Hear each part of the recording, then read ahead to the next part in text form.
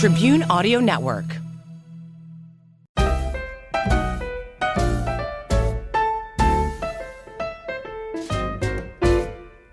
Asha Dahya is a journalist, a TEDx speaker, host, and now author. She was born in England, but spent most of her childhood in Australia.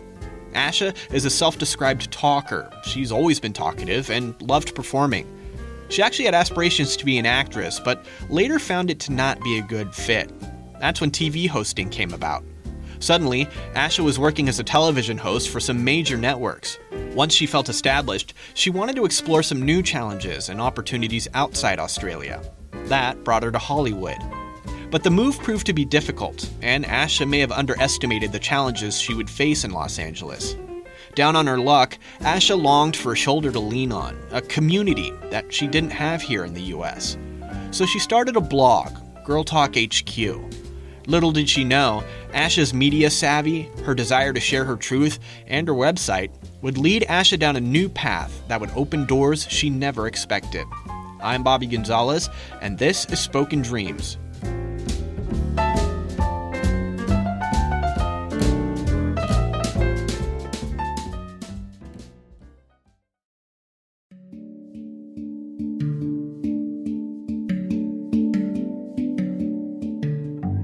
My name is Asha Dahya. I'm a journalist, I'm a TEDx speaker, and I'm an author.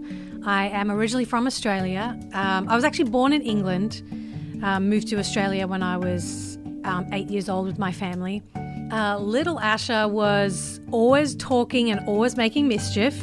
In every single one of my report cards at school, I would get good grades, but there was always a caveat. It was, Asha is an A student or a B student, but she talks too much in class. So that may have been a negative to those teachers, but for me, I guess, as I grew up, I channeled it into something that became my career. I talk for a living, I guess, TV hosting and hosting events. I was always very interested in performing. I grew up in a town called Brisbane, which is a major city, but it's not a performing arts hub by any means, not like Sydney in Australia. So Brisbane is like a working city, and I always had aspirations to leave and, go to the big smoke and make it big.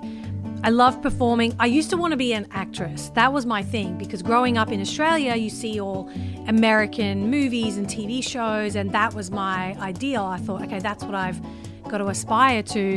And my plan was, as much as a 17-year-old can plan for something as difficult as a performing arts career, I went to college and I did a Bachelor of Arts and I majored in journalism and film.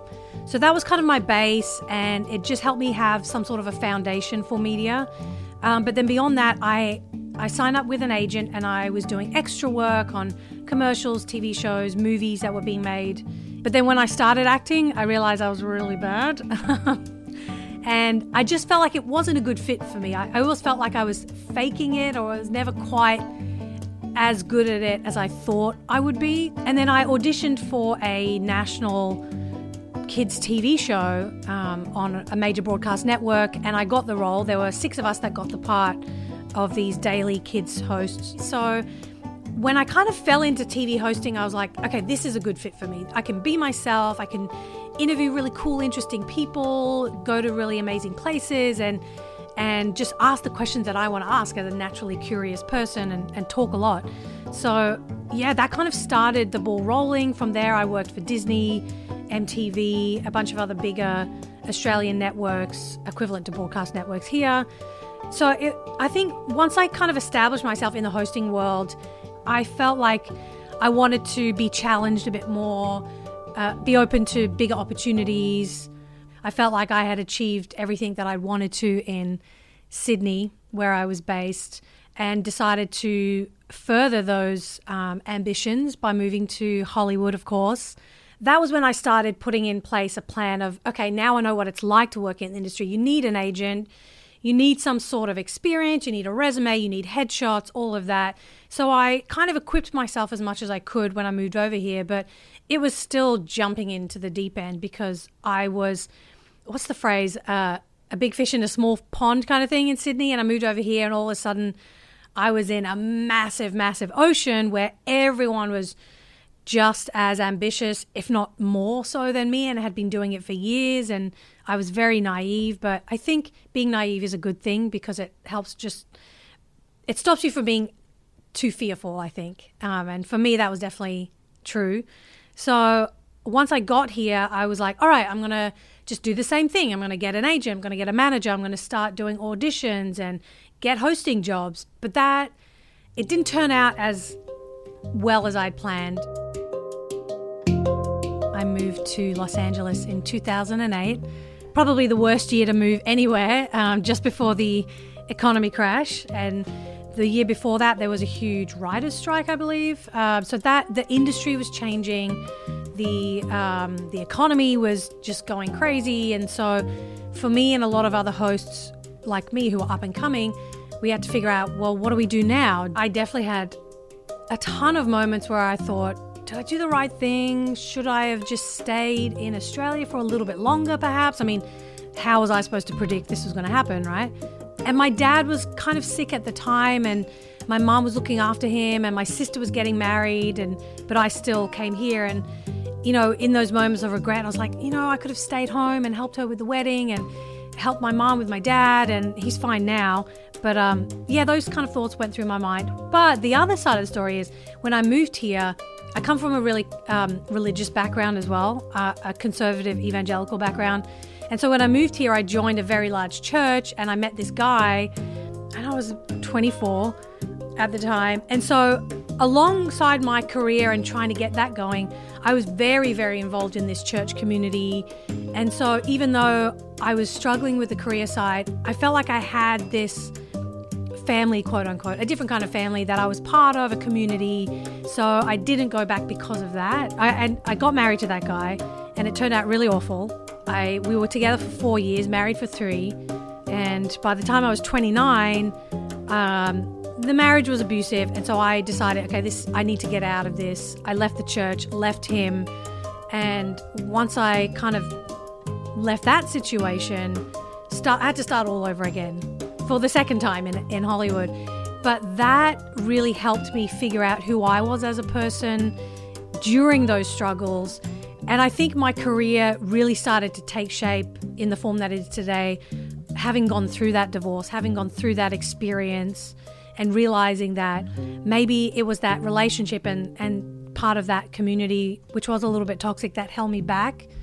I thought I was on this track, and then that happened, and then all of a sudden I was on a whole different path. And that kind of led me where I am today, and led me to think about things. What am I actually passionate about? What am I doing here? Do I just want to be famous, quote unquote? Do I just want to be seen? Or do I want to do something that's going to make an impact? And I guess for me, going through a divorce happened to be the catalyst that helped me realize all of that. After I'd gotten through this divorce, one of the things that really struck me was how much of a community I needed, because I'd left that church community and I didn't have any other community, and I really craved a lot of conversations with girlfriends that I was missing back home, and girlfriends that I didn't really have yet in Hollywood. And so I decided, well, maybe I should just try something with this social media thing. Maybe I'll start a blog. And so I started this blog in 2012 called GirlTalkHQ.com. I had like a vague idea of what I wanted it to be. I kind of wanted to use my media passion and experience and create a digital way for women to share their stories with one another, to talk to each other and just be real and candid about what they were going through. For me, it was going through a divorce and leaving a church community and moving to a new country and starting a career. For someone else, it was a health journey and, all different things. And so that's kind of how that platform started, kind of as my own need, to find and connect with people. And doing it digitally was great because you connect with thousands of people that you wouldn't face to face, So that's kind of where my digital experience and my personal experience led me to starting that blog. And a lot of it was me saying to myself, well, I can do whatever I want. There's no rules. This is like a whole new landscape.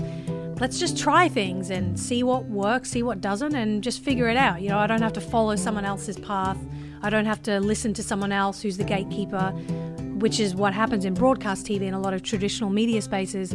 But for the digital world, it was like anything goes. Just try anything and see what happens, you know. That has opened up so many really amazing opportunities. I've hosted events for UN Women. I have done keynote addresses for UCLA and Accenture on International Women's Day. I regularly get called to moderate panels for different women's conferences and events. I spoke at the United States of Women event in Los Angeles in 2018. I spoke at the March for Moms rally. I've done just really cool things that I never would have thought of doing, having gone through these specific personal and professional experiences. And so I'm really thankful for the digital media world allowing me to do that. And I think the event that really made me realize that, okay, this is what I'm meant to be doing. I was asked to give a keynote address for International Women's Day. I got a chance to share about my career journey, the highs and the lows, and how I came to Hollywood, and, you know, why I do what I do, basically, and why I want to empower women and share their stories and voices.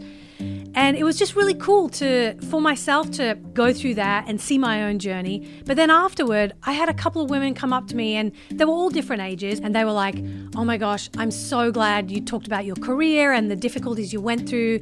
I've been thinking of quitting my job and I'm going to do it. I was like, good for you. It was just really empowering to know that just speaking my truth and being authentically who I am and not trying to fake it and present myself as something that I'm not is what is going to draw people to me, is what is going to help other people share their truth and be authentic and open up and make the world a little bit less lonely, I guess. So that's what made me realize, okay, cool, there's something to this. And so ever since then, I realized the platform is not just about any women's issues or just news stories. It's about women sharing their stories and how to connect with other people and feel less alone, you know, with the things that we go through. I think every human being wants that, you know, to feel like their voice matters, they matter, and they've got a community around them. So, yeah, that event really solidified it for me.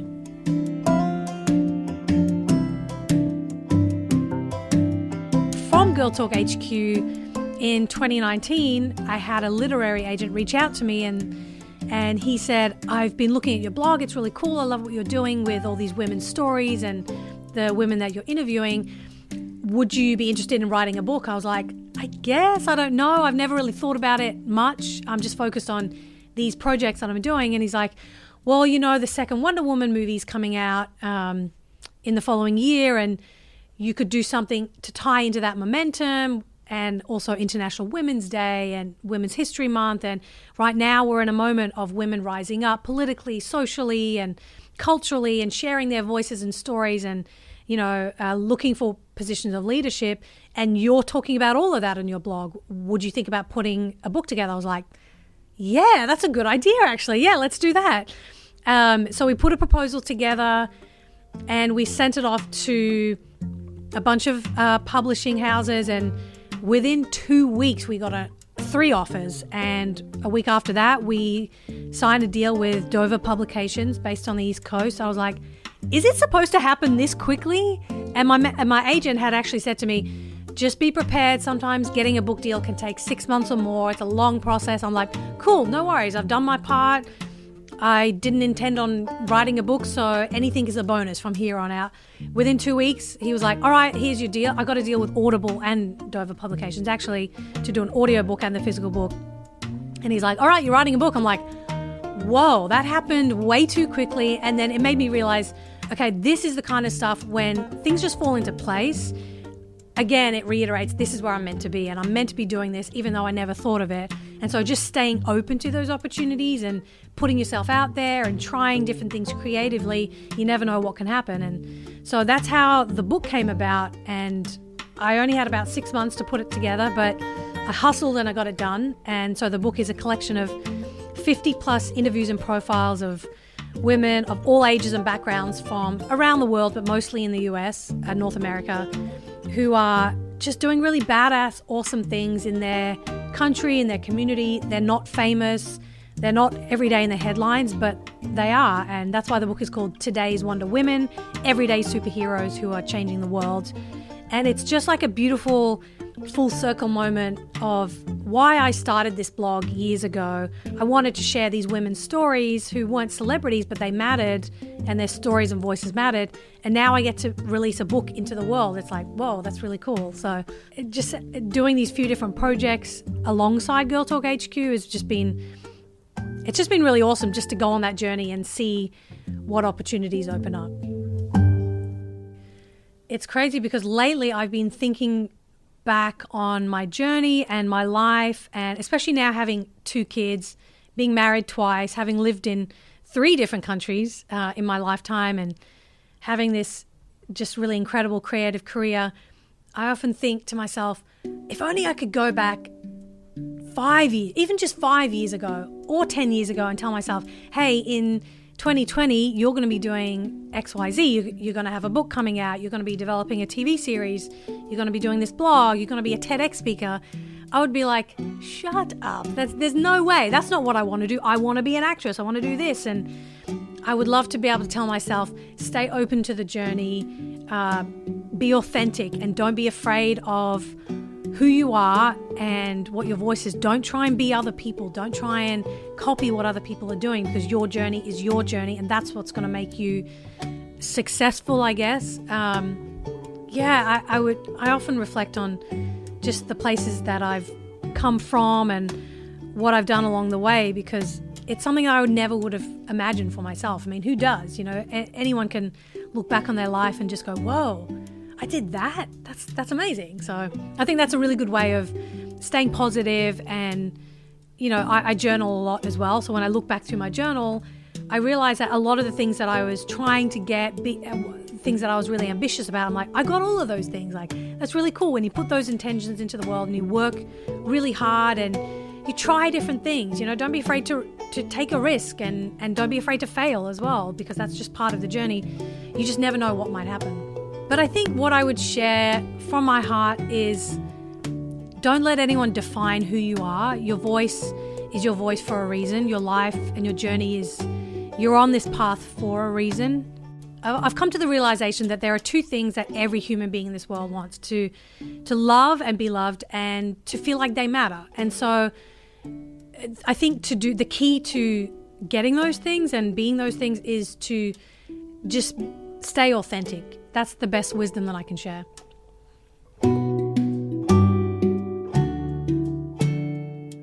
Excellent wisdom there from Asha Dahya. Visit the website, ktla.com/spoken dreams for more. There you can find Asha's TEDx talk on women's reproductive rights, her website, GirlTalkHQ, and more in her book, Today's Wonder Women, Everyday Superheroes Who Are Changing the World. That comes out March 18th to celebrate Women's History Month. Follow KTLA Podcasts on social. We're on Instagram and Twitter at KTLA Podcasts, and you can find me on Instagram at SoundsLikeBobby. Thanks to those of you who have subscribed and are sharing this podcast with friends and family. If you haven't already, take a second to leave us a review. Doing so helps us keep bringing you this kind of content. That's all for this week. Until next time, break a leg.